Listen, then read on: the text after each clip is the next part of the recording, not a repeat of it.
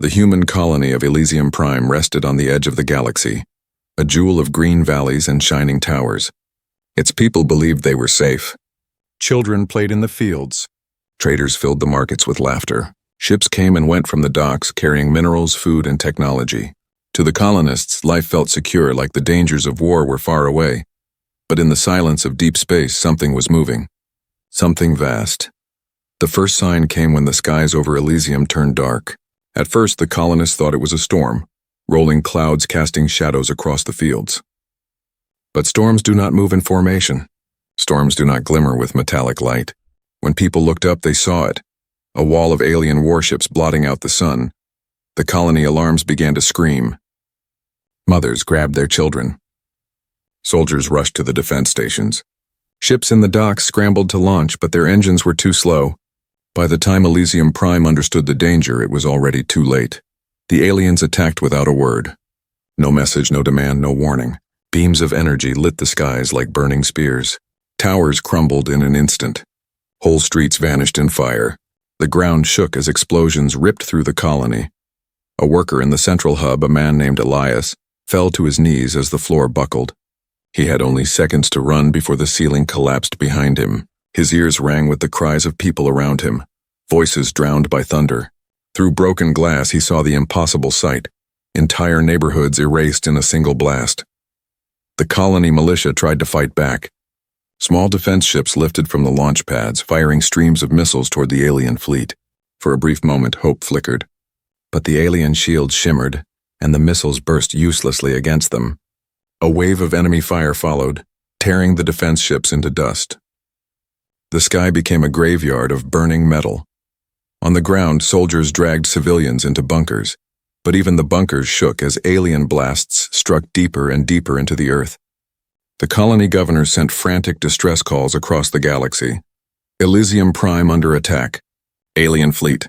Overwhelming force. Send help. The transmission ended in silence. One by one, communication stations were destroyed. The colony's voice was cut off, its pleas unheard. Elias stumbled into the ruins of a marketplace. Smoke stung his eyes. Fires roared around him, and everywhere he looked there were bodies. Friends, neighbors, children who would never grow again. He could barely breathe, but he forced himself forward, hiding under collapsed beams, crawling through ash.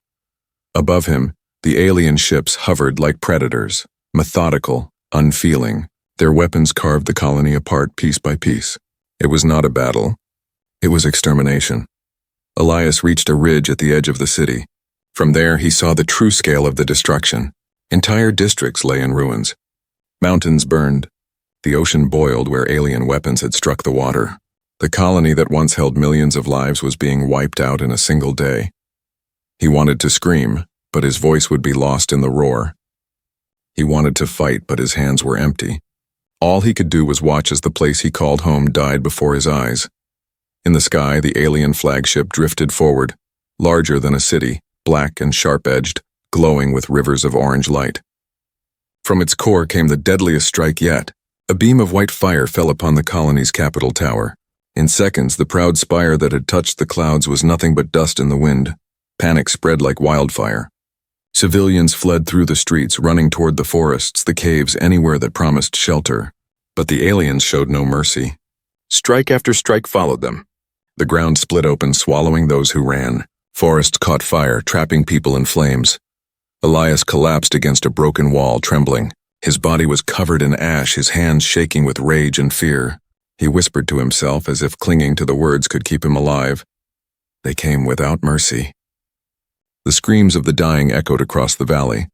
The colony's last defense ship streaked upward, its engines flaring bright, a desperate attempt to reach space and call for help. For a moment, Elias's heart leapt. Maybe they would make it. Maybe the galaxy would hear of this massacre. But the alien fleet saw it too. A single shot cut across the sky, striking the ship before it cleared the atmosphere. The vessel exploded in a ball of fire, raining fragments down upon the ruins. That was the last hope. Elias pressed his forehead to the dirt. His tears mixed with blood and ash. He could hear the heavy steps of alien machines moving through the wreckage, finishing what their ships had begun. They killed anyone they found. They left nothing alive. The colony of Elysium Prime was falling and no one was coming to save it. For hours, the destruction continued. By nightfall, there was no night, only burning light. The land itself was scorched, the rivers poisoned, the forest blackened. The colony was gone. But even as Elias lay hidden among ruins, one thought burned in his heart stronger than the fire around him. He knew this truth would not stay hidden forever.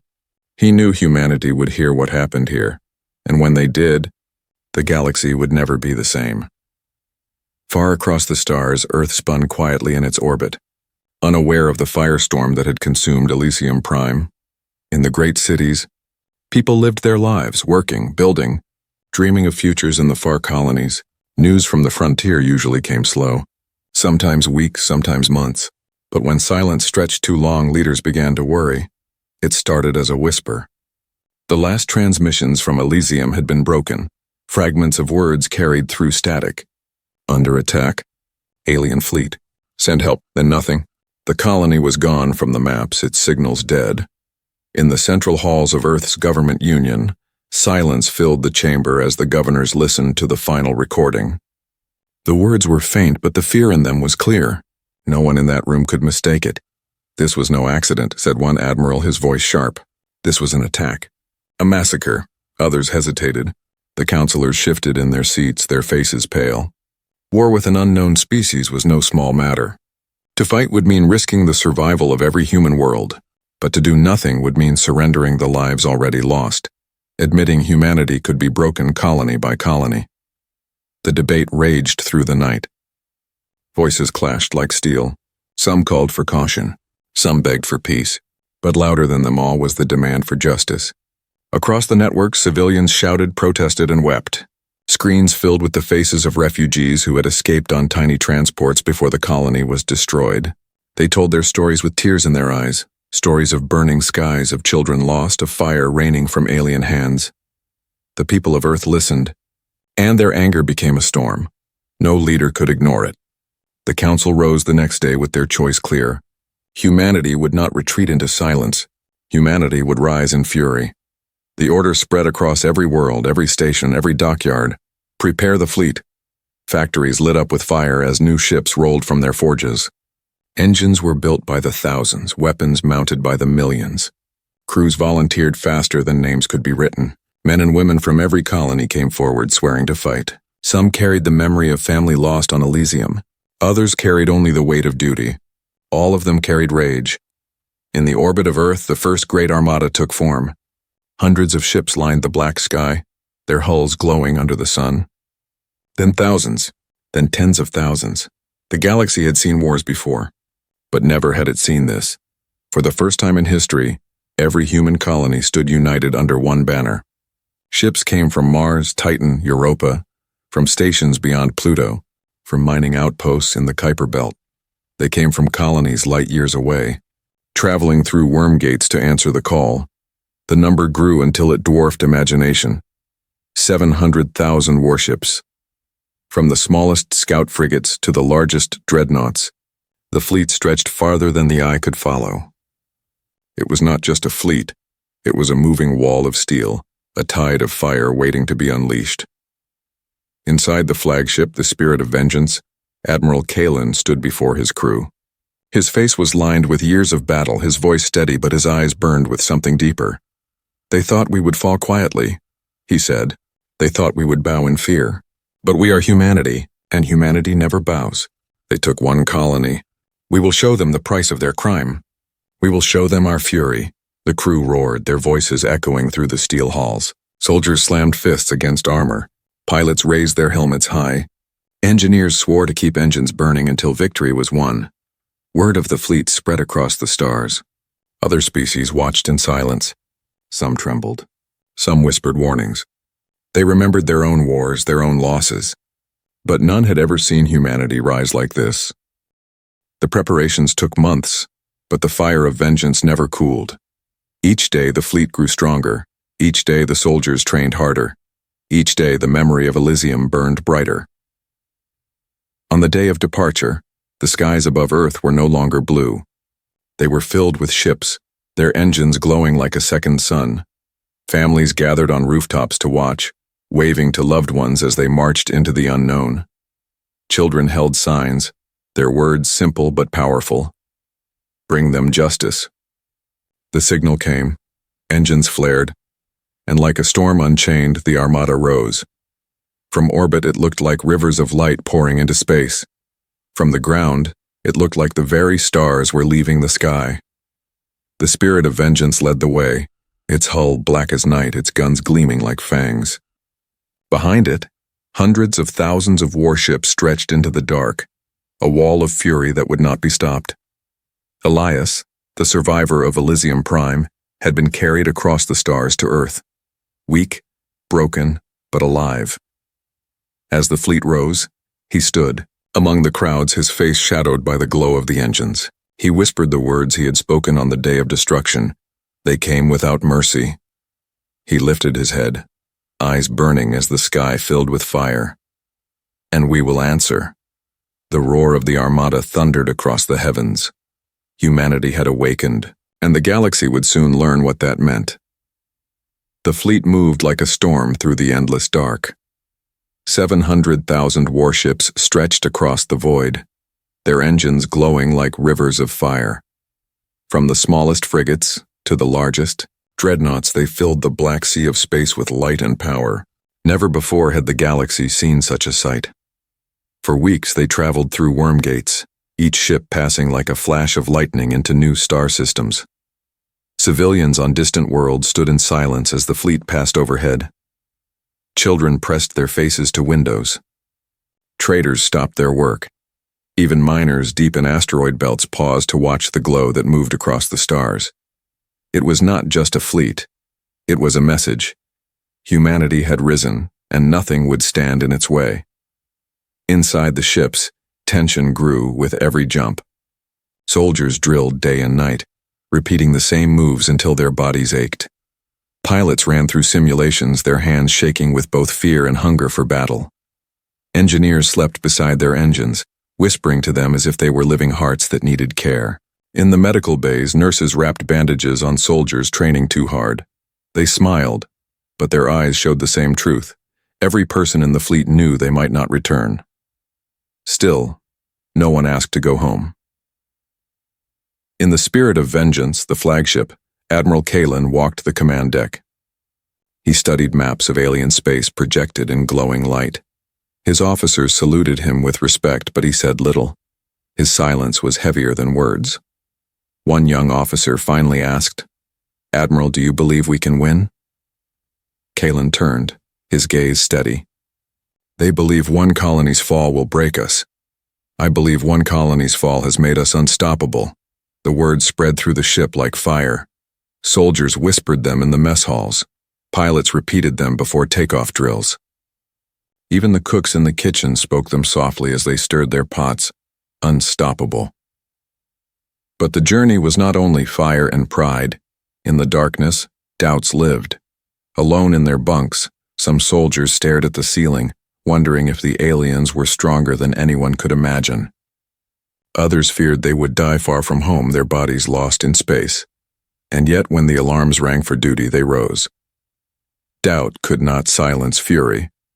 As the fleet drew closer to alien space, the stars themselves seemed to change. The skies grew colder, darker, filled with strange colors. Pulsars flickered like watchful eyes. Entire regions of space lay silent, abandoned by life. Ships reported finding wrecks, destroyed vessels drifting in the void, their designs unfamiliar. They had been erased by the same enemy that had struck Elysium Prime. The soldiers studied the ruins in silence. Some swore vengeance even louder. Others grew afraid. The message was clear. This enemy had killed before, and it would kill again. One night cycle aboard the Spirit of Vengeance, Elias, the survivor of Elysium Prime, was brought to the observation deck. He still carried the ash of his world in his heart. His body was thin, his eyes shadowed, but his voice carried weight. He stood before the soldiers and spoke quietly, yet the room went silent. "I saw what they did. I saw children burning. I saw homes erased in seconds. I should have died with my people, but I lived. And because I lived, I will tell you this. If we do nothing, they will take more. They will take everything. But if we fight, if we strike now, then even if I fall, my world will not be forgotten. It will be avenged. The soldiers stood, fists over their hearts. Some cried openly, others shouted his name. In that moment, Elias was no longer a victim. He was a symbol of why they fought. The journey pressed on. Days blurred into weeks. The fleet cut through the dark with discipline, their formation as sharp as a blade. Scouting ships flew ahead, scanning for traps. Supply ships traveled in the middle, carrying food, fuel, and medicine. The great dreadnoughts guarded the rear, their cannons glowing faintly in the shadows. When the fleet entered the border of alien space, alarms rang across every deck. Shields powered up, weapons locked into place. The silence before battle pressed down like a weight. Pilots sat in their cockpits, helmets on, their hands resting on controls. Soldiers strapped themselves into drop pods, staring at the red lights above the doors. Admirals spoke final words into comms, their voices calm, but hard as iron. Admiral Kalin stood at the center of the spirit of vengeance. His eyes never left the stars beyond the glass. He knew the enemy was near. He could feel it like a storm building just over the horizon. At last, the scouts reported what everyone had waited to hear. The alien fleet had been found. The enemy was not hiding. They were waiting. Thousands upon thousands of alien warships filled the void ahead. Their shapes were jagged, their surfaces glowing with cruel light. They moved like predators, silent, patient, hungry. The human fleet slowed, stretching across the system like a wall of steel. On every deck, hearts beat faster. Soldiers clenched their weapons. Pilots whispered prayers. Elias stood among them, his hands trembling, not with fear but with rage. The comms crackled. Admiral Kalin's voice carried through every ship in the Armada. Soldiers of humanity, the enemy waits ahead. They believe we will break. They believe our fire will fade. Show them they are wrong. Show them that for one colony lost, we will answer with the fury of 700,000 warships. Show them what it means to awaken humanity's wrath. The ships roared as one, engines flaring, weapons ready. The journey was over. The battle was about to begin. The black void of space became a stage where two titans faced one another. On one side, the alien fleet, their jagged ships glowing with cruel red light, spread across the horizon like blades of fire. On the other, the human armada, 700,000 warships stretching farther than the eye could follow, engines blazing like a second galaxy. The silence was unbearable. For long minutes, neither side moved. Soldiers on human ships gripped their weapons, sweat running down their palms. Pilots sat frozen in cockpits, the glow of targeting screens reflecting in their eyes. It was as if the whole universe held its breath. Then a single light flared. One alien ship opened fire. The first beam cut across the void, striking a human cruiser. The vessel exploded, fragments spinning into darkness. For a heartbeat, the fleet went silent in shock. Then Admiral Kalin gave the order, "Return fire." The sky lit up like a newborn star. Human cannons thundered as hundreds of thousands of warships released their fury. Missiles streaked through the black, cutting trails of fire. Beams of blue and white energy crossed like lightning. The alien fleet answered with their own storm. Red bolts tore through human formations, ripping frigates apart. Whole squadrons vanished in the blink of an eye. The battle had begun. On the bridge of the Spirit of Vengeance, Kalin stood firm as the ship shuddered under fire. Officers shouted reports, their voices urgent. Left flank breaking. Shields holding, but weakening. Enemy weapons tearing through Sector 9. Kalin's voice cut through the chaos. Hold formation. Press forward. No retreat. Across the Armada, human warships surged ahead. Smaller frigates darted between alien cruisers, launching torpedoes into their weak points. Dreadnoughts fired massive plasma cannons, each shot cracking alien shields like glass. Carriers released swarms of fighters that filled the void with streaks of light. But the aliens were relentless. Their weapons struck with terrifying precision. Whole human fleets were caught in webs of red fire and burned into silence. The void became a graveyard of drifting metal and fading lives. In the chaos, Elias sat aboard a troop carrier strapped into a drop pod. Around him were soldiers in black armor, silent, waiting for the green light. Through the small glass above, Elias saw the storm outside, the clash of giants shaking the stars. His heart pounded, but his jaw was set. He had lost his world once. He would not lose this fight. The aliens unleashed their most terrible weapon. From the heart of their flagship, a sphere of burning energy expanded, sweeping across space. Dozens of human ships were erased in an instant, their hulls melting before they could fire. The shockwave rattled through the Armada, throwing ships out of position. Panic rippled across the channels. Some captains shouted for retreat. Others screamed for orders, but Kalin did not waver. His eyes locked on the alien flagship, a monstrous vessel larger than a city glowing with rivers of red. "All ships," Kalin commanded, his voice cold as steel. "Focus fire on their flagship. Break their heart and the body will fall." The spirit of vengeance led the charge. Its engines roared as it cut through enemy lines, cannons blazing. Human warships followed in waves, slamming missiles and plasma bolts into the alien behemoth. The aliens answered with fire so fierce it blinded sensors. Human ships burst apart but still more pressed forward. For every vessel lost, another took its place. Humanity refused to yield. In the carrier, the light above Elias's pod turned green. The doors opened and soldiers launched into the void. Pods streaked toward the alien ships, glowing like meteors. The soldiers would fight inside the monsters themselves. Elias closed his eyes as his pod shook, whispering his vow, for Elysium. For every life they stole. Back in the battle, the flagship clash reached its peak. The spirit of vengeance locked weapons with the alien Titan, the two ships hammering each other with every strike. Alarms screamed across Kalin's deck. Sparks rained from the ceiling. Officers struggled to stay on their feet as the ship trembled under blow after blow. "Admiral," one shouted, "we cannot take much more." Kalin's eyes never left the burning enemy before him. "Then we will give everything." The spirit of vengeance rammed forward, its cannons firing at point-blank range. Alien shields cracked. Red light burst apart as human fire tore through the flagship's armor. The alien Titan roared back with its own fury, blasting holes through human squadrons. The void was chaos. Ships collided. Fighters spiraled into flames. The stars themselves seemed to vanish under the storm of weapons. But through it all, humanity did not falter. On every channel, soldiers shouted the same words, "For Elysium." For humanity. At last, cracks spread across the alien flagship. Its hull glowed with fractures, its weapons dimmed. And in that moment, Kalin gave the final order. "All ships, finish it." A wall of human fire rained down. Plasma, missiles, beams, everything humanity had left poured into the alien heart. The flagship shuddered, screamed, and finally erupted in an explosion so bright it lit the system like a second sun. For a breathless moment, silence returned. Soldiers stared, pilots froze, officers whispered in disbelief. The alien flagship was gone, but the battle was not over. Across the horizon, thousands of alien warships still fought with fury. Humanity had struck the heart, but the body still lived. The spirit of vengeance floated among wreckage, its hull torn, its engines burning. Kalin stood, blood on his forehead, his voice raw. "This is only the beginning," he whispered.